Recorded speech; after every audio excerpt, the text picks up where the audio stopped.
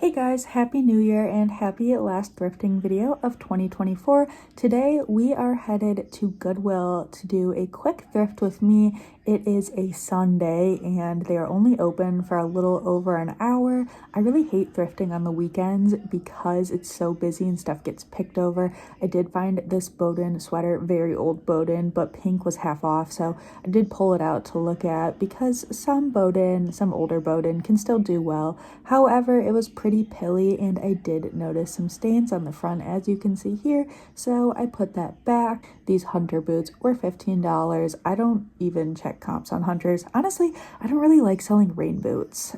This was a pair of Free People distressed skinny jeans. They were new with tags. They were $10 but half off. However, I did pass on them. I don't even know if I would grab those in the bins. I mean, it would be hard to leave them behind in the bins, but I don't know.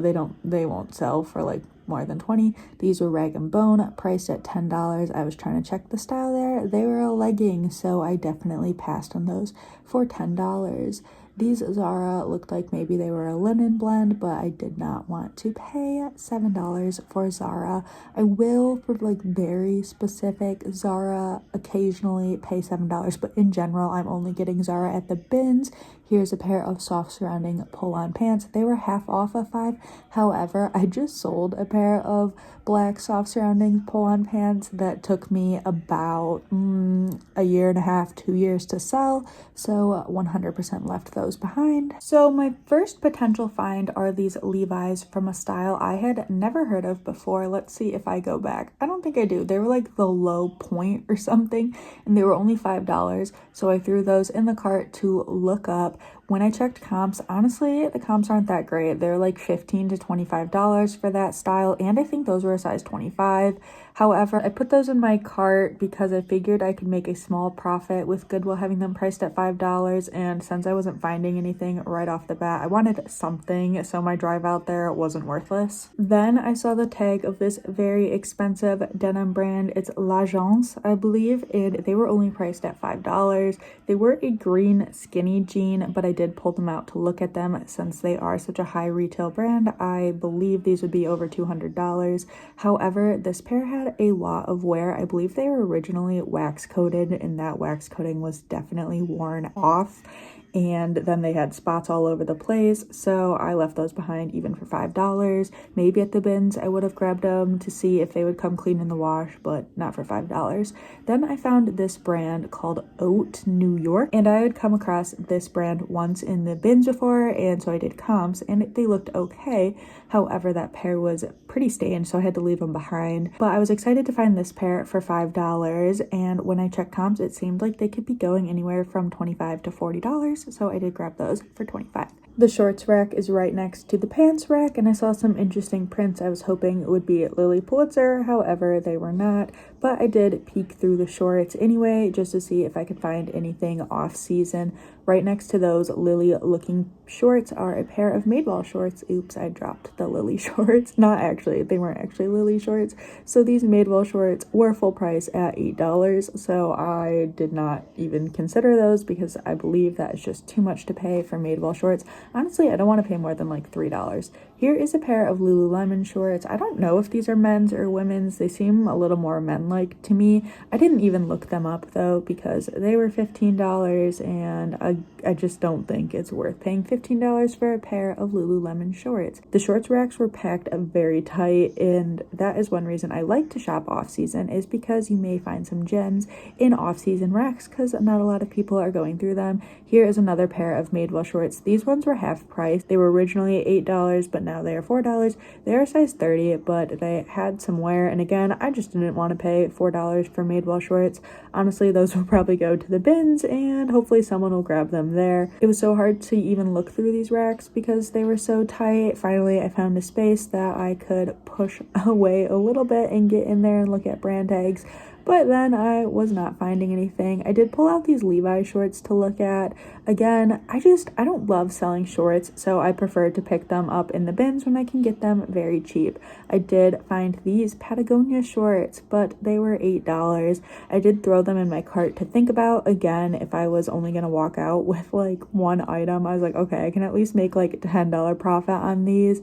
but I did end up leaving them behind because I just felt like the $8 was too much to pay. I will say yellow is the new tag. We are coming towards the end of the week, so there are a decent amount of yellow tags out since they have been putting that color tag out all week. I did pull out this pair of Spanx pants. They were like a pull-on style, but they seemed to be a little bit faded, and then I couldn't tell if they had been hemmed or not, and I didn't want to pick up a faded pair of pants that had been hemmed, so I passed on them. I did, however, find these Point Sur wide leg crop jeans in a good mustard yellow color. I mean, I guess that would have been better for fall, but I could see them still being worn in spring, and they were only $5, so I think I can get maybe around $30 for those, and at $5, that's not a bad profit.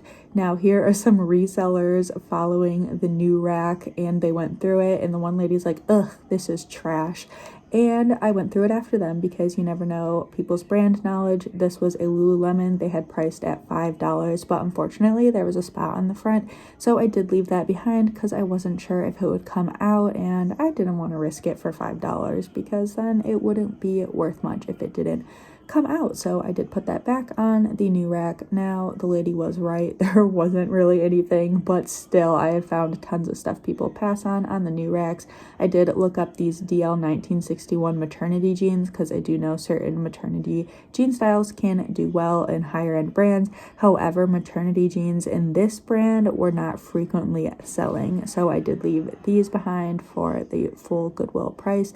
A lot of this stuff I would pick up at the bins because for $1 to $2, I don't mind sitting on it and selling it for $20. However, off the rack, I did find these Point Sur jeans. They were a size 28 and priced at $5. So again, I think I can get $30 to $35 for those ones. I decided to go through some dress racks, and I would pick up that Wherever J. Jill collection piece if it was half off. However, I only pay like $3.50 and under for that because it's probably like a $20 to $25 sale for me. And here is a very expensive brand, Piazza Simponi, maybe? I don't pick it up though because it really doesn't sell on Poshmark.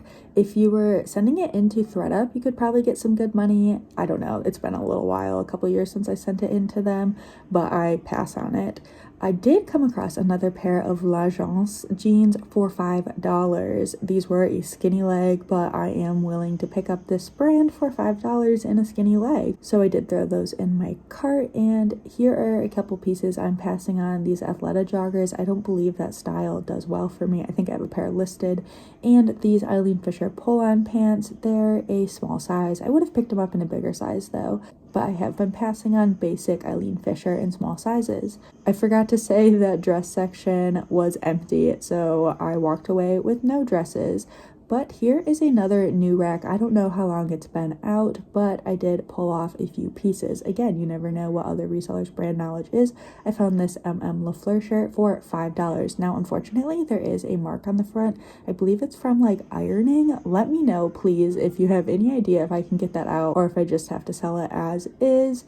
I did find this half off Lululemon shirt. Now, obviously, this did not come out on a new rack. I'm assuming it was a go back, but I was happy to pick it up for $7.50. I'll probably get $25, but I'm hoping I can sell it fast. I thought this Blake Shelton Land's End piece might be worth money. However, when I checked comps, they were very low, like $5. So I did pass on that. Not for that piece exactly, but for the collab. This was a pair of frame jeans, but they were skinny and faded, so I left them. And then I found these XCVI pants. I do like selling XCVI. It doesn't sell for the most, but I can usually get about $25 for their pants. So I did pull these out and look them over. XCVI, they also have a line that will just say wearables on the tag, but it is also XCVI. I actually didn't end up picking these up because they seemed like they had a little bit of wear, but I kind of regret it now. Sometimes you just don't make good choices while thrifting. Someone left their cart obnoxiously in the aisle, so I had to move that out of the way so I could keep looking through pants. Now, if you're wondering why I'm pretty much only going through pants, it's because I didn't have a lot of time, and I often have good luck in the pants section at this Goodwill. Now, I did find another pair of Rag & Bone jeans. They are a flare leg, which is good, but unfortunately, Goodwill had them priced at $10 and they are white. If they had been traditional denim, I may have checked comps to see if it was worth paying for them, but I could tell they were an older style and they were white flares, so I did leave them behind for $10. Here I found a pair of Good American pleather pants and they were priced at $7. I did check comps because I have not been loving selling Good American, and someone had them listed for 30 new a tag, so I did decide to pass on those. Then I pulled out these BDG neon like Cheeto orange pants, and again I did check comps because BDG pants can do okay for me. I think these ones were only priced at $5. They were a high wide leg, but again I did leave them behind just because that color scared me a little bit. This is an expensive resort wear brand, Kobe Halperin, and these pants were half off for $2.50, so this was a total score. They are a trendy cargo style, so that is good, and I think they are a linen blend as well. Now, unfortunately, the interior button was missing, but I actually already sewed that back on. It only took me a minute, so I hope that these will do very well coming into spring. I was just checking the shoes up here. They were all like Clarks, and I think those sneakers were Cole Haan. And, you know, I picked those up at the bins, the Clarks at least, Cole Haan if they're in good condition, but I will not pay $7 for them because, you know, Clarks tend to sit for me for a while. Now, here are the items I decided to grab. The LaFleur, the Lululemon, both Point Sur, the Oat New York jeans, and then the Levi's, which, you know, now I'm kind of thinking I should have put back since I left with other stuff, but I didn't. Then I found this Free People thermal top, and it is actually one of the thermal cuff ones, and it is almost like a tunic length and also size large. So I did decide to pay, was it like $7 or $8 for it, which is a little high. Also, my sister gave me this Vince shirt, which they had priced at $5. Unfortunately, there is a small flaw to the fabric on the front, but I'm still hoping I can get around $25. Honestly, Vince doesn't go for that much these days. Now, I'm just flipping through some shirts with like my last 5 minutes because the store is closing and they are definitely trying to kick everybody out. My sister found a cashmere Vince sweater. I do think it was a little shrunk, but she's happy with it. And I found that Free People movement piece, which I will resell on Poshmark. It was $7, which again is a little bit high, but I do think Free People movement is pretty trendy right now. So hopefully it will move fast. I did pull out this J. Jill blouse. I think this was a very nice J. Jill piece and I wish I could have picked it up, but I feel like $5 is just a little too much to pay because J. Jill tends to sit for me and I get around $20 to $25. Now, if I thought that was gonna sell like overnight for $25, then I would have picked it up, but I think I'd still sit on it.